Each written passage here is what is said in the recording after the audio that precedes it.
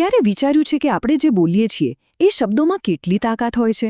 શું એ ખાલી અવાજ છે કે પછી એનાથી આપણી વાસ્તવિકતાને આકાર આપી શકાય છે? આજે આપણે બસ આ જ સમજવાના છીએ. કેવી રીતે અમુક ખાસ વાક્યો એટલે કે અફર્મેશન્સ અને ક્વોન્ટમ સિદ્ધાંતો સાથે મળીને આપણી આખી લાઈફનો નકશો જ બદલી શકે છે. તો ચાલો સમજીએ આ વ્યક્તિગત વિકાસ માટેના ક્વોન્ટમ બ્લુપ્રિન્ટને. તો પછી એ જ સવાલ પર પાછા આવીએ.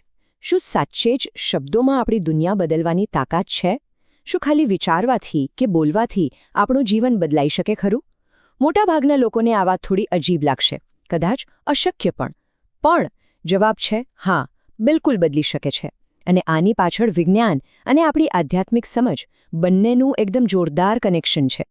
તો આ જે બદલાવની વાત આપણે કરી રહ્યા છીએ ને, એ મુખ્યત્વે 4 સ્તરો પર કામ કરે છે.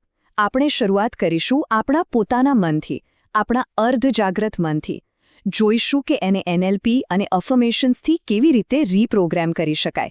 અને પછી આપણે સમજીશું કે ક્વોન્ટમ મેનિફેસ્ટેશન અને આકર્ષણનો નિયમ આપણા વિચારોને આખા બ્રહ્માંડની એનર્જી સાથે કેવી રીતે જોડે છે. તો સૌથી પહેલાં આપણે ક્યાંય બહાર નથી જવાનું. આપણી આ સફરનો પહેલો પડાવ છે આપણા પોતાના મનની અંદર. કેમ કે સાચું કહું ને તો કોઈ પણ મોટો બદલાવ છે ને એ હંમેશા અંદરથી જ શરૂ થાય છે.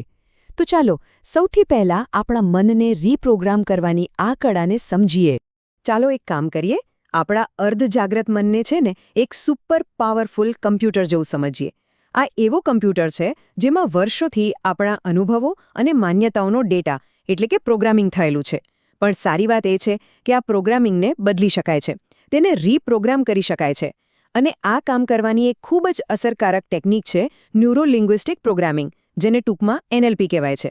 NLP આપણને એ જ શીખવે છે કે કેવી રીતે શબ્દો અને વિચારોનો ઉપયોગ કરીને મગજની જૂની પેટર્ન તોડી શકાય અને એની જગ્યાએ નવી પોઝિટિવ પેટર્ન બનાવી શકાય.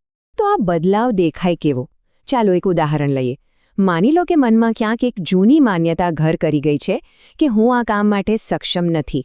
બસ આ છે આપણું જૂનું પ્રોગ્રામિંગ.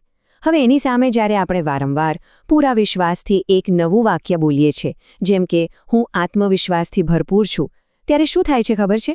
આપણે આપણા મગજમાં શાબ્દિક રીતે એક નવો રસ્તો બનાવી રહ્યા છીએ. અને જેમ જેમ આ નવો રસ્તો મજબૂત થતો જાય છે, પેલો જૂનો નબળો વિચાર ધીમે ધીમે ભૂસાઈ જાય છે. એની જગ્યાએ આ નવો પાવરફુલ વિચાર કાયમ માટે સ્થાપિત થઈ જાય છે. ઓકે, તો જ્યારે આપણે આપણા મનને આ રીતે રીપ્રોગ્રામ કરીએ છીએ ને, ત્યારે એક જાદુઈ વસ્તુ થાય છે. આપણી અંદરની જે એનર્જી છે, જે વાઇબ્રેશન છે, એ બદલાય છે. અને જેવી આ એનર્જી બદલાય એ તરત જ બ્રહ્માંડ સાથે એક નવા જ લેવલ પર વાતચીત કરવાનું શરૂ કરી દે છે. તો ચલો હવે આપણા મનમાંથી થોડા બહાર નીકળીએ અને સમજીએ કે આ બ્રહ્માંડનું આકર્ષણ કેવી રીતે કામ કરે છે. જો ક્વોન્ટમ ફિઝિક્સનો એક ખૂબ જ સિમ્પલ પણ પાવરફુલ નિયમ છે. આ દુનિયામાં બધું જ એનર્જી છે અને દરેક વસ્તુ વાઇબ્રેટ થઈ રહી છે, મતલબ કે કંપન કરી રહી છે. આપણા વિચારો પણ એક પ્રકારની એનર્જી જ છે. આને એક રેડિયો સ્ટેશનની જેમ સમજો. જ્યારે આપણે એકદમ સ્પષ્ટ ઈરાદા સાથે કોઈ એફર્મેશન બોલીએ છીએ, ત્યારે આપણે એક ચોક્કસ ફ્રીક્વન્સી પર સિગ્નલ મોકલી રહ્યા છીએ. અને આ બ્રહ્માંડ જે આ બધી જ ફ્રીક્વન્સી સાંભળી રહ્યું છે, એ આપણી ફ્રીક્વન્સી સાથે મેચ થતી પરિસ્થિતિઓ અને તકોને આપણી તરફ આકર્ષિત કરે છે. બસ આ જ છે ક્વોન્ટમ મેનિફેસ્ટેશન. જેમ કે જ્યારે આપણે કહીએ કે હું સમૃદ્ધિ અને સફળતાને આકર્ષું છું, તો આ ખાલી શબ્દો નથી, આ એક જાહેરાત છે. આપણે આખા બ્રહ્માંડને જણાવી રહ્યા છીએ કે આપણે ફક્ત તકોની રાહ જોતા નથી બેઠા, પણ આપણે એક્ટિવલી એને આપણા જીવનમાં ઇન્વાઇટ કરી રહ્યા છીએ. આપણે સફળતા માટે એક જીવંત ચુંબક બની રહ્યા છીએ. અને બસ આ જ વાત આપણને લઈ જાય છે લો ઓફ એટ્રેક્શન એટલે કે આકર્ષણના નિયમ તરફ, જે હકીકતમાં ક્વોન્ટમ મેનિફેસ્ટેશનનો જ એક ભાગ છે. નિયમ એકદમ સીધો અને સરળ છે. જેવી એનર્જી તેવી જ એનર્જીને આકર્ષે. આપણે જેવું વિચારીએ છીએ, જેવી આપણી ફ્રીક્વન્સી હોય છે, બસ એવી જ વસ્તુઓ અને લોકો આપણી તરફ ખેંચાઈને આવે છે. અને આ એફર્મેશન્સ શું છે? એ આપણી ફ્રીક્વન્સીને પોઝિટિવ અને હાઈ લેવલ પર સેટ કરવાનું સૌથી પાવરફુલ ટૂલ છે. જ્યારે કોઈ ખરા દિલથી કહે છે કે હું પ્રેમ અને આનંદથી ભરેલું જીવન જીવું છું, ત્યારે એ માત્ર શબ્દો નથી બોલી રહ્યું. એ વ્યક્તિ પોતાનામાંથી પ્રેમ અને આનંદની એનર્જી બહાર ફેલાવી રહી છે. અને પછી આકર્ષણનો નિયમ પોતાનું કામ કરે છે. એ સુનિશ્ચિત કરે છે કે આ જ એનર્જી પાછી પણ આવે, સારા લોકોના રૂપમાં, ખુશીના પ્રસંગોના રૂપમાં. ચાલો તો હવે આ બધી થિયરીને પ્રેક્ટિકલમાં લાવીએ. અહીં કેટલાક પાવરફુલ એફર્મેશન્સ છે જેનો ઉપયોગ શરૂ કરી શકાય છે.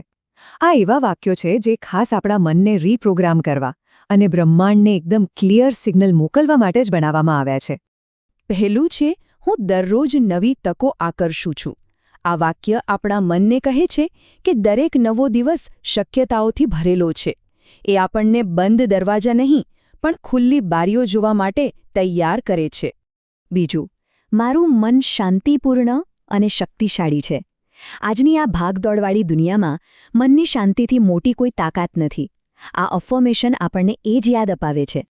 ત્રીજું, હું મારા સપનાઓને સાકાર કરવા ક્વોન્ટમ એનર્જી સાથે જોડાયેલો છું. આ વાક્ય આપણને એ અહેસાસ કરાવે છે કે આપણે એકલા નથી. આખું બ્રહ્માંડ આપણી સાથે છે, આપણા સપના પૂરા કરવામાં મદદ કરવા માટે. ચોથું, હું સમૃદ્ધિ, આરોગ્ય અને આનંદથી ભરેલું જીવન જીવું છું. આ એક કમ્પ્લીટ એફર્મેશન છે જે જીવનના 3 સૌથી મહત્વના પાસા પૈસા, સ્વાસ્થ્ય અને ખુશી ત્રણેયને એક સાથે મજબૂત કરે છે. અને પાંચમું, હું જે ઈચ્છું છું તે સરળતાથી મારા જીવનમાં આવે છે.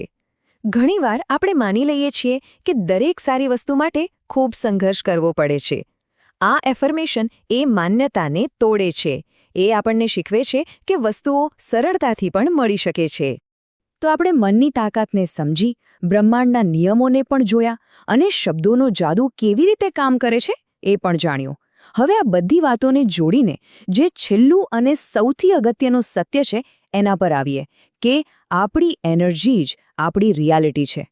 અત્યાર સુધી આપણે જે પણ વાત કરીને એનો આખો સાર બસ આ એક જ વાક્યમાં આવી જાય છે કે એફર્મેશન્સ એ ખાલી શબ્દો નથી, એ એનર્જી છે. આપણો દરેક વિચાર, આપણો દરેક શબ્દ એક વાઇબ્રેશન પેદા કરે છે. તો સવાલ એ છે કે આપણે દુનિયામાં કયા પ્રકારનું વાઇબ્રેશન મોકલી રહ્યા છીએ? કારણ કે નિયમ સિમ્પલ છે, જેવું મોકલીશું એવું જ પાછું મળશે. પણ હા, એક વાત યાદ રાખવી ખૂબ જરૂરી છે. આ બધી ટેકનિક, આ બધા શબ્દો ત્યારે જ કામ કરે છે જ્યારે એની પાછળ એક વસ્તુ હોય, અને એ છે વિશ્વાસ. જો ખાલી પોપટની જેમ શબ્દો બોલવામાં આવે તો કદાચ કંઈ નહીં થાય. પણ જ્યારે એ જ શબ્દો સાચા દિલથી, પૂરા ભરોસા સાથે બોલવામાં આવે છે, ત્યારે સમજવું કે બ્રહ્માંડના સપોર્ટ માટેનો દરવાજો ખુલી રહ્યો છે. આપણો વિશ્વાસ જ એ ચાવી છે જે આ તાળું ખોલે છે. તો છેલ્લે સવાલ એ નથી કે આ બધું કામ કરે છે કે નહીં, કારણ કે લાખો લોકોના અનુભવો એનો જવાબ આપી ચૂક્યા છે. અસલી સવાલ તો આપણા માટે છે કે આજે, અત્યારે, આ જ ક્ષણથી આપણે કઈ એનર્જી પસંદ કરીશું આપણી દુનિયા બનાવવા માટે? કારણ કે શક્તિ આપણા શબ્દોમાં જ છુપાયેલી છે અને પસંદગી એ તો હંમેશા આપણી જ હોય છે.